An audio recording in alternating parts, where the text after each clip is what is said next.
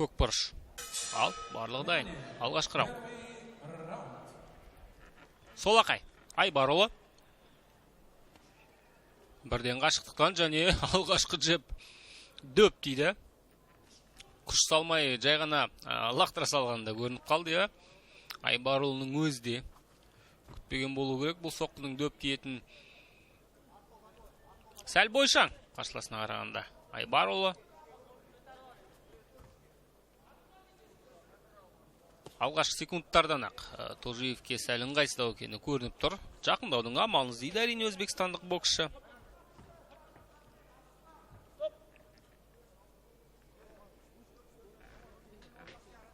Бас жоғары ұстау керек әрине.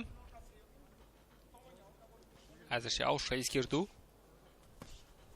Солақай боксшы болғаннан кейін әрине қазір қарсыластың алдыңғы аяғын орап отыруға тырысады. Алдыңғы қолын орап отыруға тырысады. Құлаштай ұрған соққы Толжиев. Ортаға ашықтық кем дегенде қажет әрине. Алыстан жүріп соққы салу қиын. Айбарұлының өзде. Түсінуімше. Жақын қашықтықтан айқастан бас тартып жатқан жоқ. Қарсы емес. Тамаша, құлаштай ұрған сәт. Ау.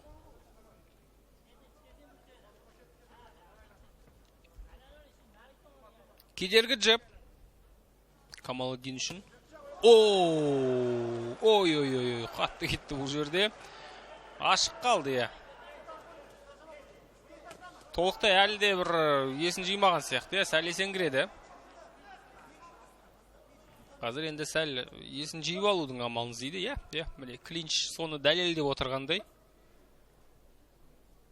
Бірақ Айбарұлы бірден атылған жоқ. Міне тағы да. Екі қолдың ортасынан дөп тиген соққы. Ауыр соққы тигеннің өзінде де бірден атылмайды қарсыласына. Өте жинақы қазақстандық боксшы. Мерзімнен бұрын аяқтау басты мақсат емес бұл жерде. Реті келіп жатса ғана әрине жасайды. Ал жалпы жоспардан бас тартып алға ұмтылудың қажет жоқ. Міне тағы да. Сол қолмен жақсы қарсы алды Толжиев. Олайда бұлайда шабуылдап көрді. Әзірше нәтиже көп емес.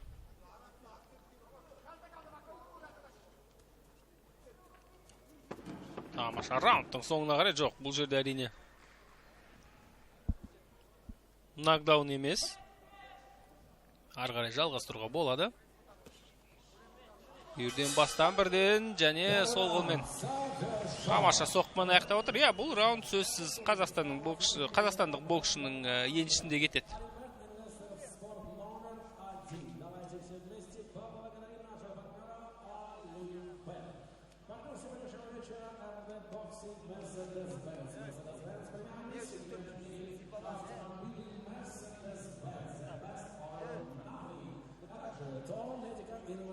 Технологии МИД 18 лет успеха реализации медицинских проектов по оснащению качественным медицинским оборудованием.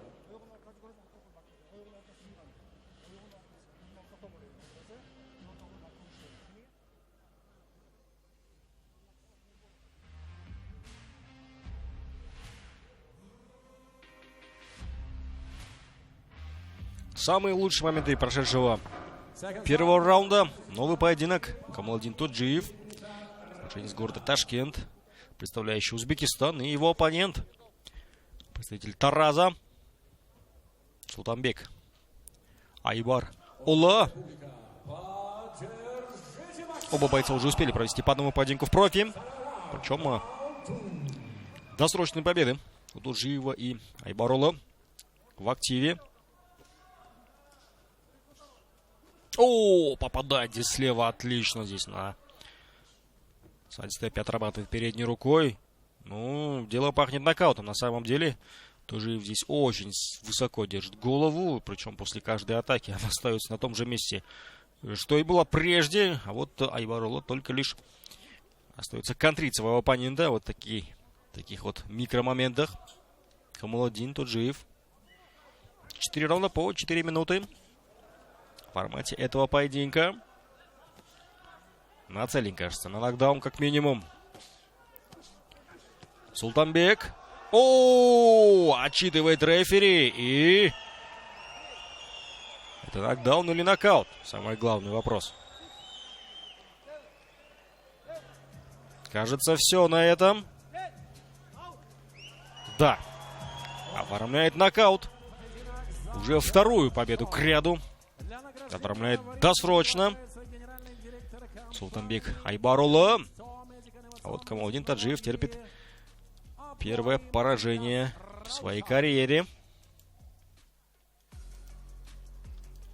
Давайте еще раз мы взглянем на момент этого нокаута. Затем у нас снова международная пара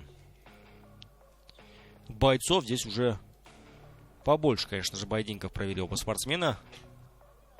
Давлет Даукенов и Сатнам Сингх. Спортсмен из Индии и Казахстана. Но это будет уже после того, как объявят имя победителя этого поединка.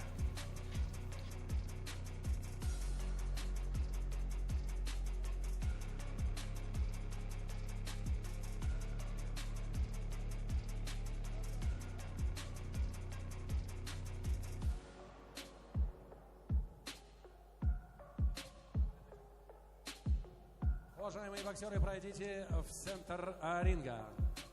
Дорогие дамы и господа, рефери в ринге Бахтияр Шакипов остановил этот бой на 50-й секунде второго раунда. Тем самым нокаутом победу одержал Султанбек Султан Айбарулы.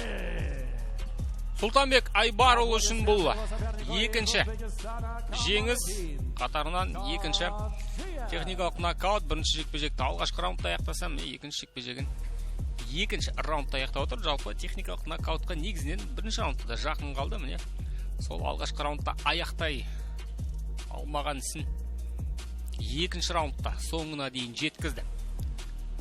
Жаңаға жекпе-жектің ең қызықты сәттерін тамашалап шығамыз. Толық емес 2 раундта не болғанын бір еске сала өтейік. Одан кейін бізде енді тәжірибелі боксшыларға кезек келеді. Алда біз әлде дебютанттарды көреміз.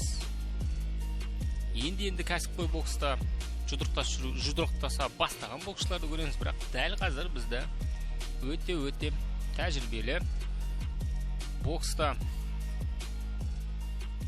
кәсіпқой бокста біраз жылдардан бері өнер көрсетіп жүрген 2 боксшының өнерін тамашалайтын боламыз. Давлет Даукенов Сатнам Сингхке қарсы, үнді боксшына қарсы өнер көрсететін болады.